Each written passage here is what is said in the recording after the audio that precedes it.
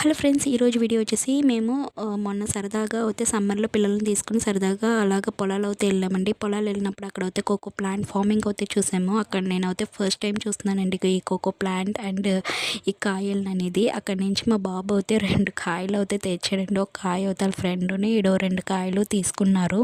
ఈ కాయల్ని ఏం చేసాను అనేది వీడియో చివరిలో చెప్తానండి. సో వీడియోని ఎక్కడ కూడా స్కిప్ చేయకుండా చూడండి. ఈ కాయలను అయితే తెచ్చి మా అబ్బాయి దాన్ని కట్ చేసి దాని లోపల ఉన్న సీడ్స్ అయ్యి చూసారా ఇలా ఉంటాయి. ఈ సీడ్స్ అనేది ఓపెన్ చేసి శుభ్రంగా ఈ వైట్‌యి అయితే తింటారంట. అప్పటి నుంచి మేమైతే తినలేదండి. మొత్తం శుభ్రంగా వాష్ చేసి ఒక 3-4 డేస్ వరకు బాగా ఎండలో డ్రై చేసిన తర్వాత ఇలా బాండీలో వేసుకొని దాన్ని ఫ్రై చేసాము. ఫ్రై చేసాక పైనున్న ఆ పైనున్న తొక్క అయితే వచ్చేస్తే ఇలాగ నలిపితే అలాగా మనకు వేరుశనగుళ్ళు తొక్కలు తీసేసినట్టు ఇలా తొక్కలు తీసేస్తే మనకి ఒక్కొక్క గింజలు అయితే లోపల ఉంటాయి. ఇదైతే స్మెల్ చాలా బాగా వచ్చింది.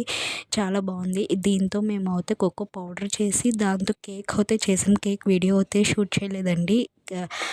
పౌడర్ అయితే చాలా బాగుంది. స్మెల్ చాలా బాగా వచ్చింది. Thank you so much for watching. Bye friends.